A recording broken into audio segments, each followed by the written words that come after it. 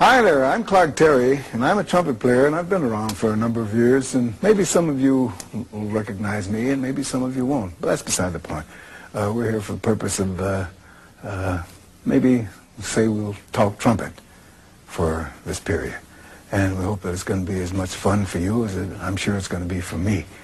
We'd like to get into some basic, fundamental things and some talk about what trumpet has always stood for, what it shall always stand for, and ways and means of getting involved, and ways of your involvement proving to be fun for you in the very, very immediate future, we hope.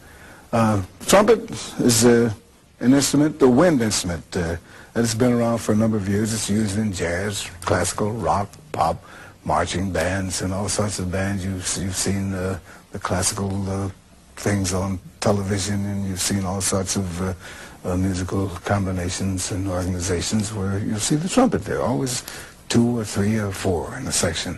Sometimes one cat stands out. It's an instrument that can be lots of fun, and we hope that we're going to prove this to you. Lots of fun to play, and we hope that by the time we finish our gathering here for this next hour, you're going to be glad that you got involved. We hope so. We'd like to show you some of the parts. This, of course, is the mouthpiece, and this particular part here is called the receiver because it receives the mouthpiece, naturally. This is the leader pipe, and this is the tuning slide. The farther out it gets, the farther out you pull it, the lower the pitch, which makes it flatter.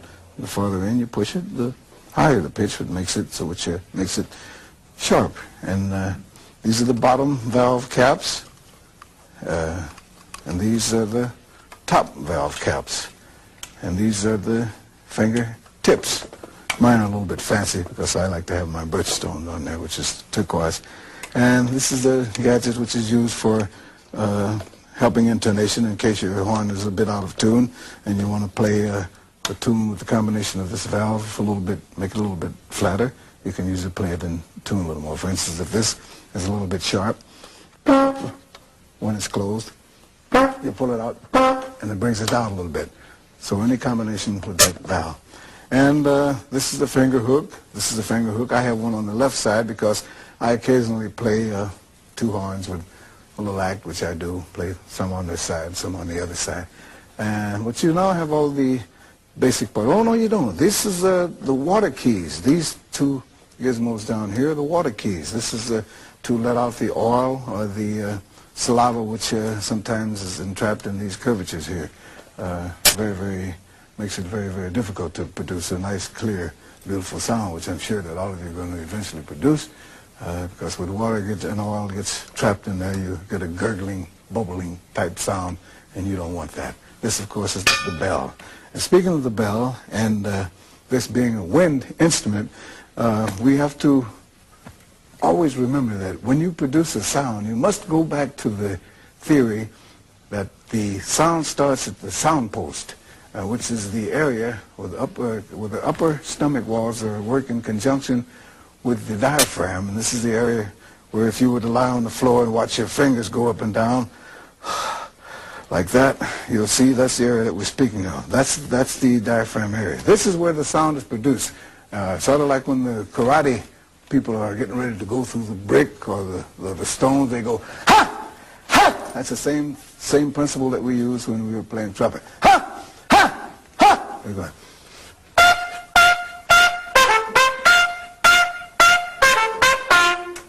Ha! From here, ha! And make sure that it comes from there, because if you direct the air column in any other way, if it should go down, it go, it won't help you in it. You got to make sure that you're thinking upward and outward. When the sound leaves that sound post, bounces right off the bell that horn.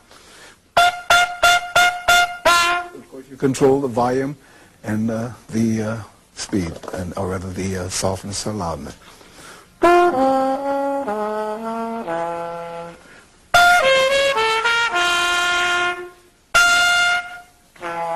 So you can play as loudly or as softly as you can, as you want to. This is why they call it a wind instrument, because it's controlled by the wind that you produce.